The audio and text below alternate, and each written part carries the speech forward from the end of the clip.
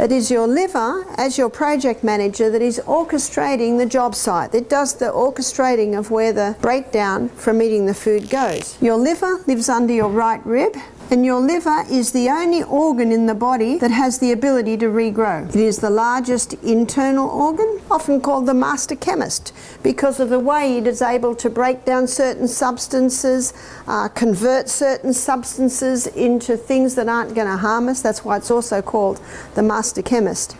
We're first of all going to have a look at what your liver does with the food that you eat.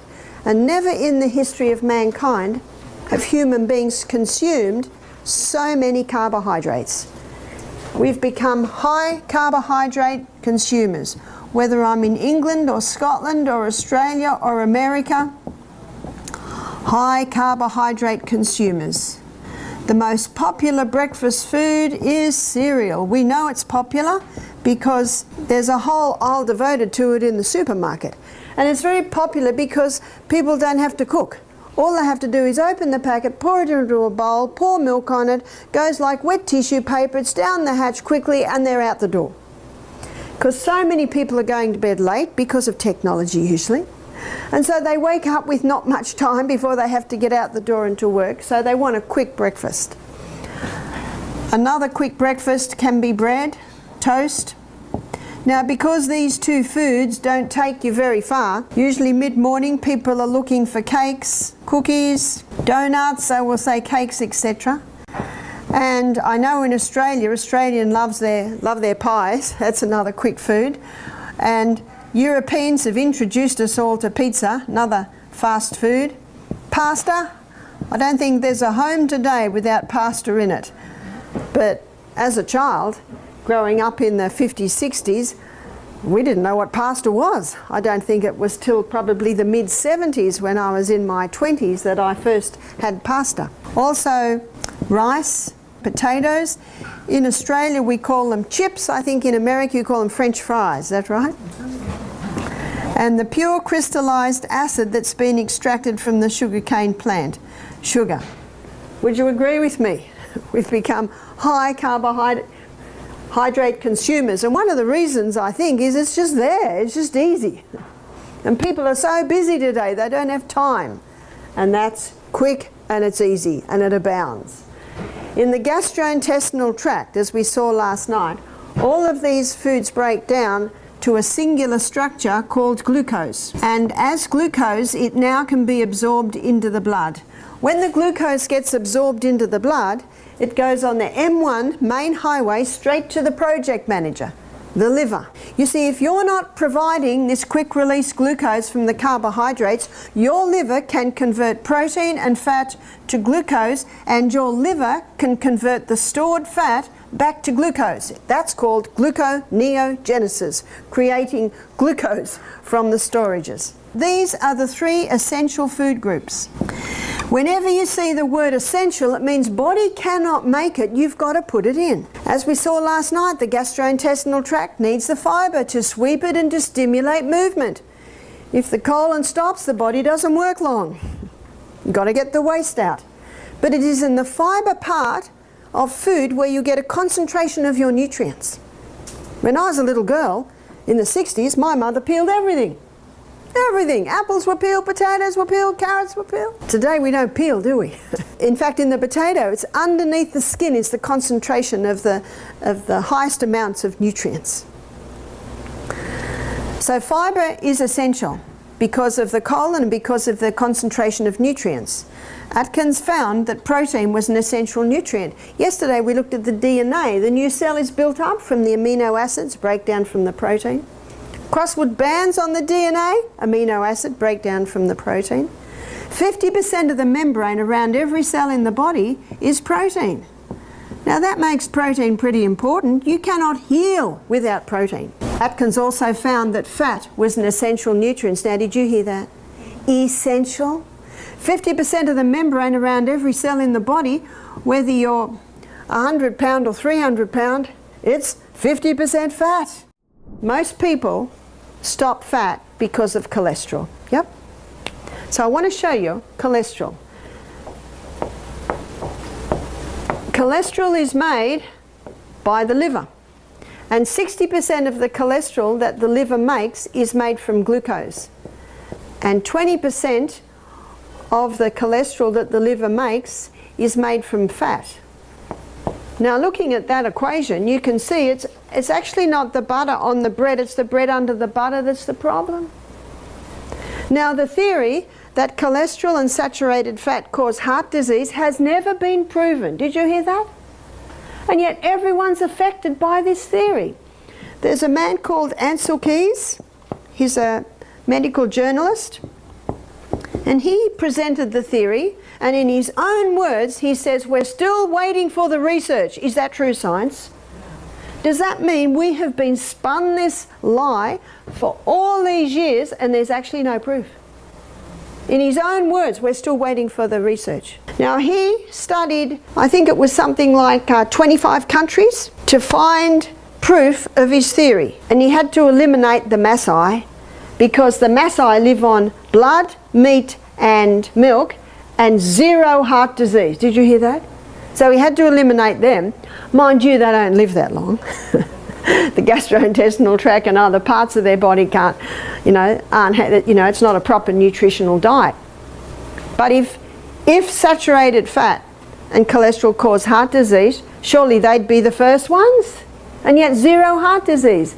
He had to eliminate France and the Netherlands because they love their dairy and it's very little heart disease. The countries he chose that appeared to support his theory was actually more what the fat was associated. It wasn't the olive oil in the pasta, it was the pasta under the olive oil.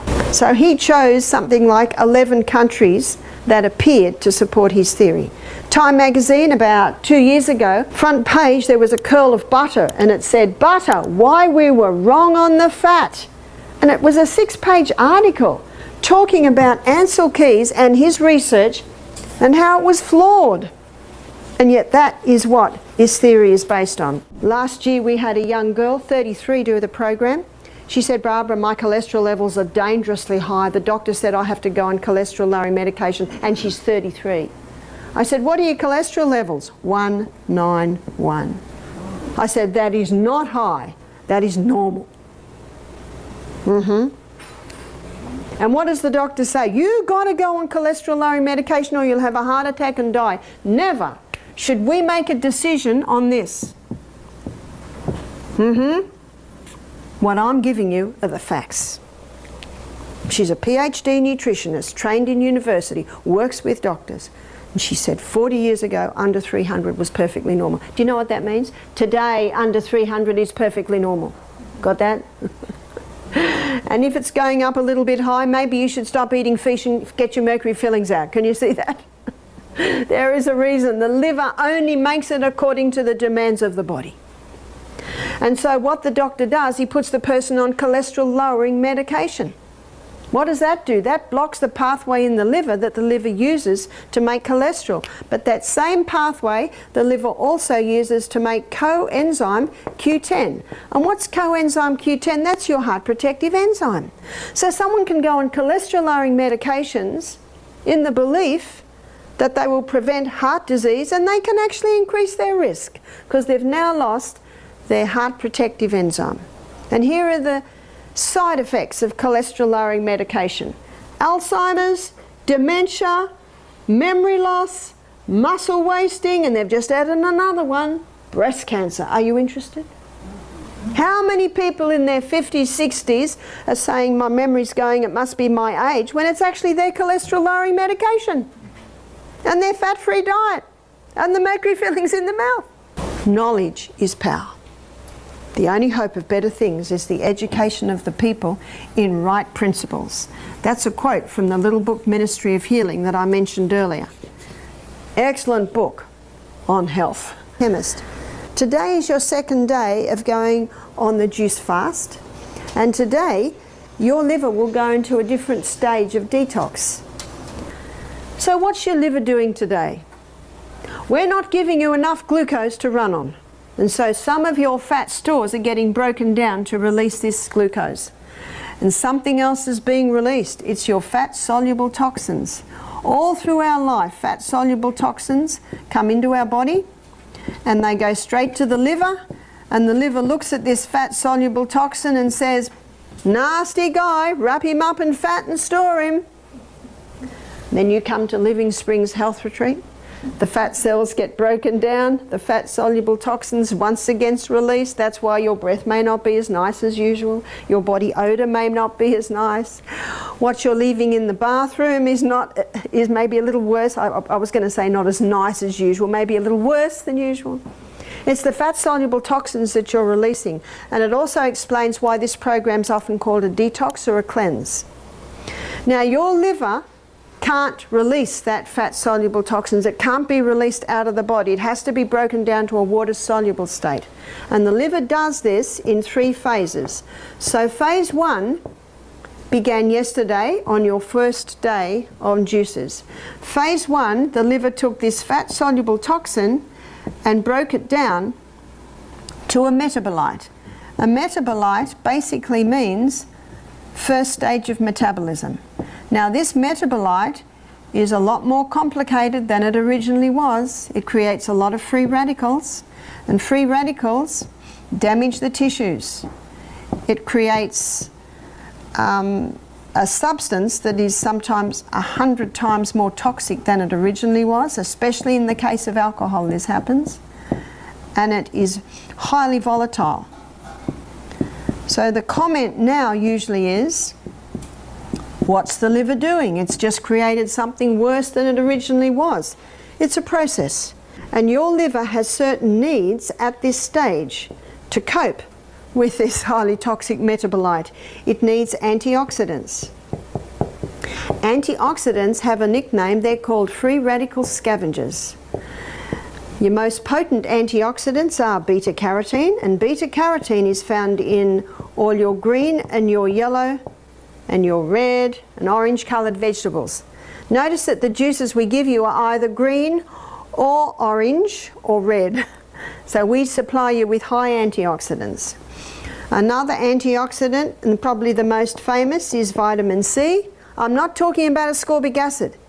Ascorbic acid is in the calcium lie. Dr. Robert Thompson, he explains ascorbic acid like this. He said it's like the envelope.